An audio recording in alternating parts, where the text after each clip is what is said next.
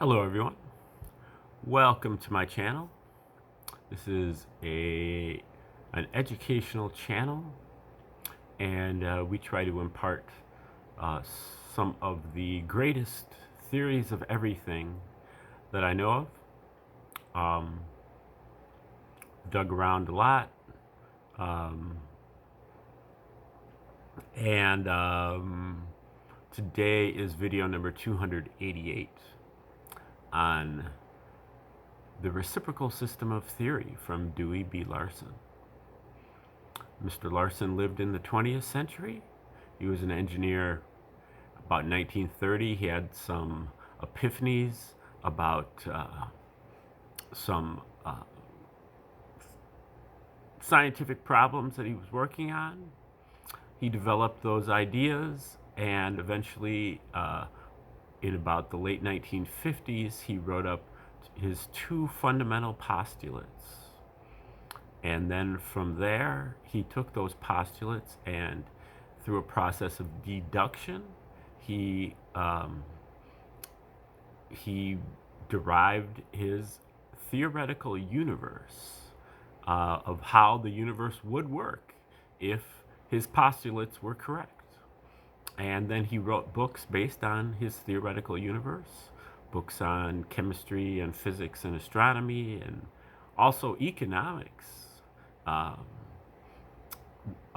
philosophy, and psychology, and religion, dream interpretation, and other subjects.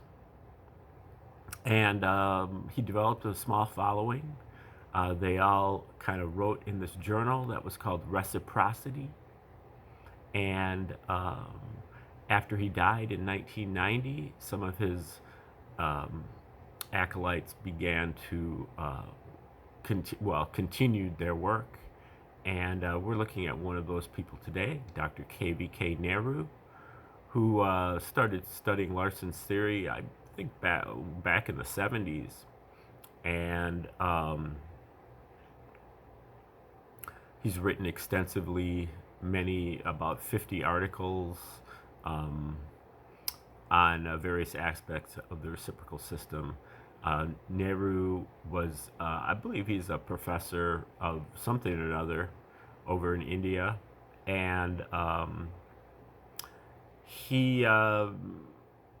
some of his writing is very technical.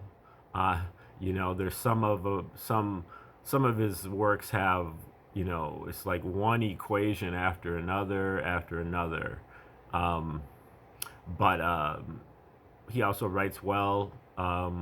And we are looking at his paper that is called Glimpses of a New Paradigm.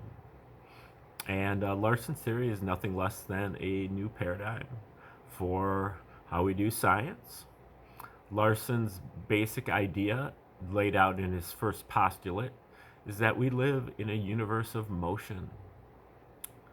The universe is not made out of matter, it's not made out of energy, but it is made out of motion. And motion is the relationship between space and time. Space and time are reciprocals of one another. They have no independent existence other than how they come together in motion. And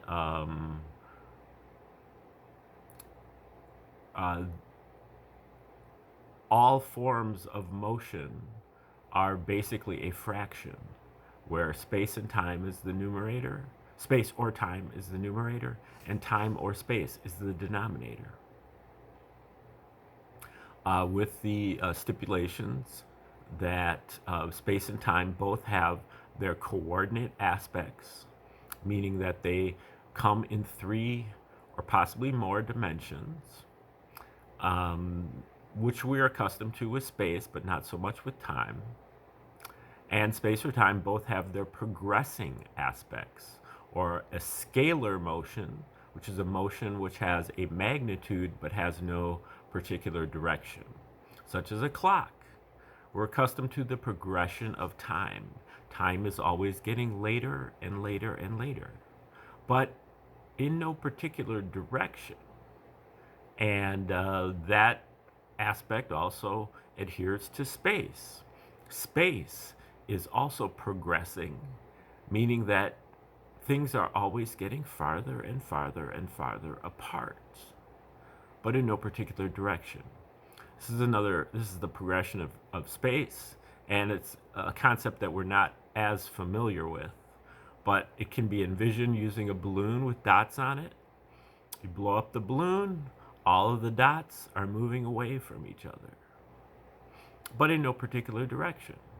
Or you can use something like raisin bread. If you put your raisin bread in the oven and it begins to rise, all of the raisins will be moving away from each other. Also, the Hubble telescope identified that all of the distant galaxies are moving away from each other.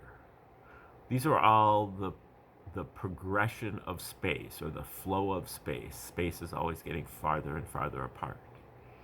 And then the third stipulation is that space and time both are quantized, meaning that they do not come in continuously. They come in chunks or units of space and units of time. If you don't have a full unit, then you don't have anything. And those units are very small, but nonetheless they are existent. And you have to have a full unit before you have anything. And if you have one full unit of space in one full unit of time, now remember, or just consider that space over time is speed. The bicycle is moving 20 miles per hour, 20 miles of space in 1 hour of time. Space over time is speed. Speed is one variety of motion, and it is a fraction with space or time as the numerator and time or space as the denominator. But if you have exactly 1 unit of space in 1 unit of time, you have the speed of light. And that is what Larson calls unit speed. 1 unit of space in 1 unit of time equals the speed of light. 1 over 1 equals 1. Unit speed is the speed of light. And so in Larson's system, the speed of light is really like the null background, or the origin, or the ether, or the 0 point of the universe. And there's half of the universe that's moving faster than the speed of light, and half of the universe that's moving slower than the speed of light. And that half of the universe that's moving slower than the speed of light is really the only half of the universe that we are aware of. Evidenced by Einstein's dictum that said that the speed of light is the maximum speed of the universe. Einstein was omitting half of the universe, the whole half that's moving faster than the speed of light, which Larson refers to as the cosmic sector. So the cosmic sector has every bit as much significance as the material sector. And in fact, it is just the reversal, or the reciprocal. If you have, and so that gives the reciprocal system great power, because even though we know very little, if anything, about the cosmic sector, we can extrapolate from the material sector to figure out what's in the cosmic sector. All you have to do is reverse the roles of space and time. So in the material sector, in the sector that's moving slower than the speed of light, you have coordinate space and clock time. You have 3 dimensions of space, and you have progressing time. It's always getting later and later and later in the material sector.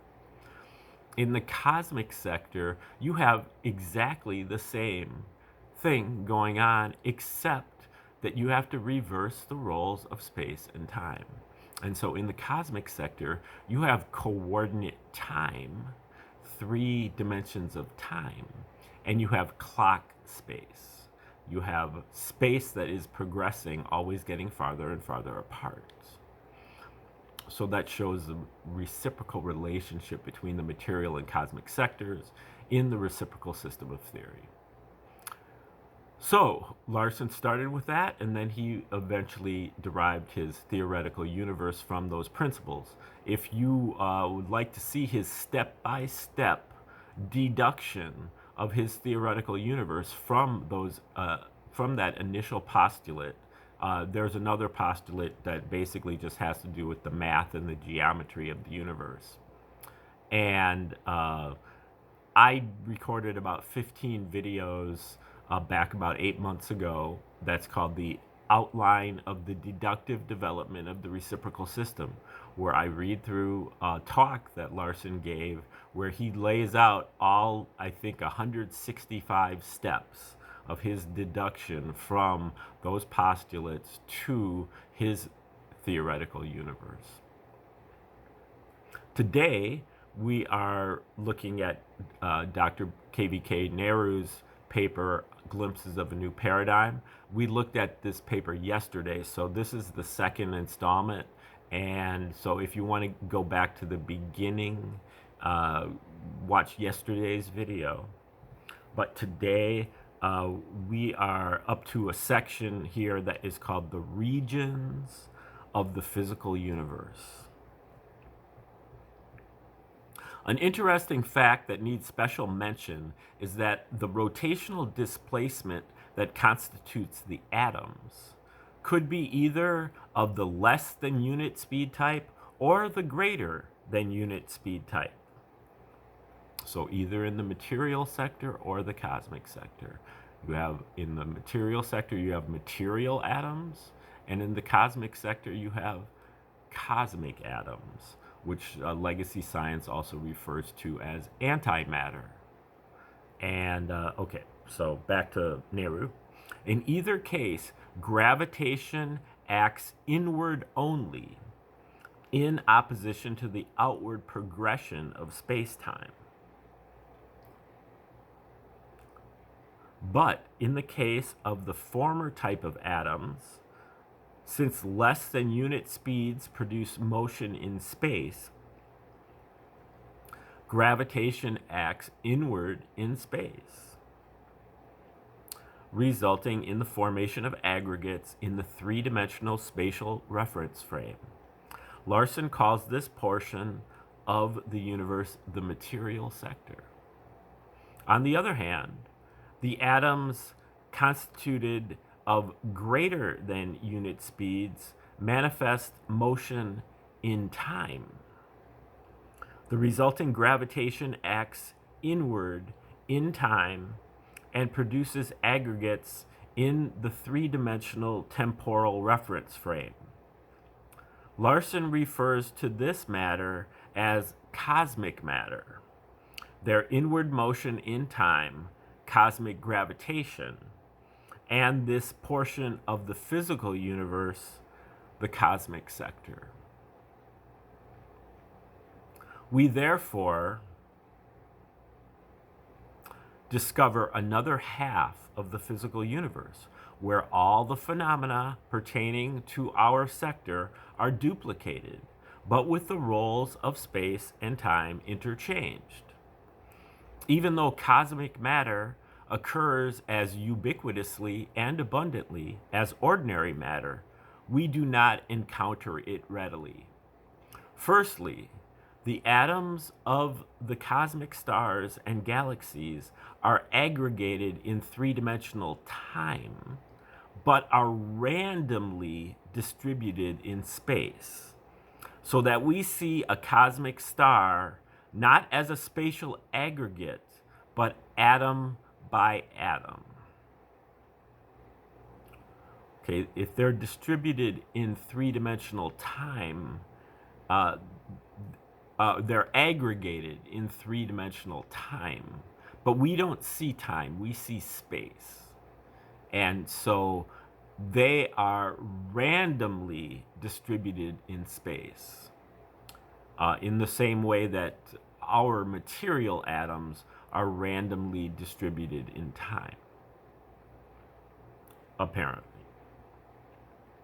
So that we see a cosmic star not as a spatial aggregate, but atom by atom. Secondly, while the cosmic gravitation moves the cosmic atoms inward in time, our own matter progresses outward in time. Thus, even the chance of encounters of atoms with cosmic atoms do not last for more than one natural unit of time, which is about 1/7 of a femtosecond, or 1.52 times 10 to the minus 16 seconds. Larson identifies the environment. Larson identifies all the exotic particles that abound in the high energy environment of the particle accelerators with the cosmic atoms, with some additional features acquired under the artificial environment. Okay, so Larson identified these cosmic atoms as generally the particles that come out of these particle accelerators, mesons, and hyperons. We covered that going through, I think it's chapters 14 and 15 of his book that's called Nothing But Motion. We went over those chapters in there.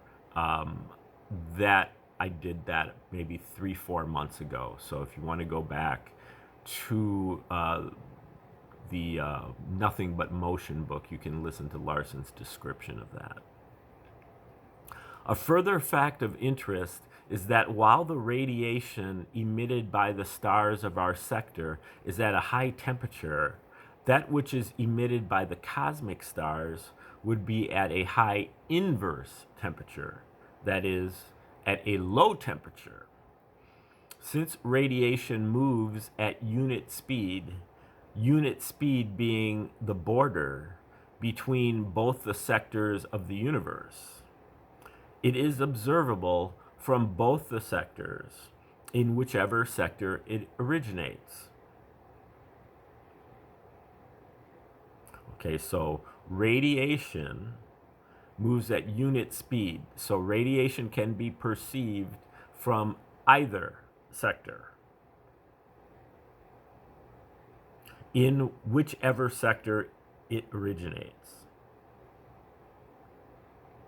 Therefore, the radiation emitted by the cosmic stars, as it comes from a region not localized in space, is received in the material sector, that is, in this three-dimensional spatial reference system, with an absolutely uniform and isotropic distribution, meaning that it is it's randomly distributed, and as such, it's isotropic, meaning that it's basically the same in all directions. We observe this as the low temperature cosmic background radiation, of course. Now, that is the 3 degree Kelvin cosmic microwave background radiation, CMBR. And so that is the way that that's the way that we perceive radiation from a cosmic star, or from all of the cosmic stars, is the 3 degree cosmic microwave background radiation, because we see that as at a high inverse temperature, which is a low temperature.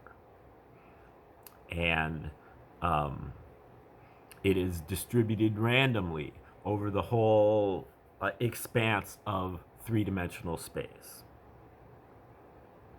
In the reciprocal system, we find no necessity to reconcile the absolute isotropy of this background radiation with the lumpiness of the spatial distribution of the material aggregates. Because if it's in our sector, if it's a spatial radiation or material radiation, we perceive that as lumpiness. You know, there's a star over here, and there's a star over there, and there's a star over there. But when we perceive it coming from the cosmic sector, it becomes randomly distributed over all of space. And so we see it isotropically. It's the same in every direction, and it's at a very low temperature level. Okay. Those comments from Nehru in that section deserve to be poured over very slowly by the student, and to kind of just let those things sink in, because those are kind of some of the core concepts that you get from the reciprocal system, but they are certainly not obvious, and they have to be, you have to kind of get used to thinking in this kind of reciprocal way. What is the reciprocal of one thing to another? And when you're crossing the various boundaries of the universe, as I mentioned yesterday, there's really three major boundaries. One is this unit speed, the speed of light, that divides between the cosmic sector and the material sector. And then within each one of the sectors, there is a unit boundary. So within the material sector, there is a unit space boundary. And within the cosmic sector, there is a unit time boundary.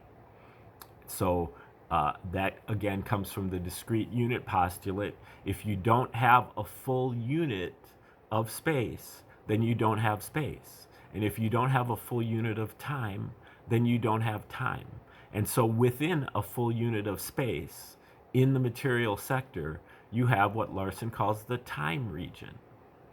And within the cosmic sector, within a unit of time, you have what Larson calls the space region. Because if you don't have enough space to have space, then you only have time. Because the universe is made out of motion, and motion is the relationship between space and time.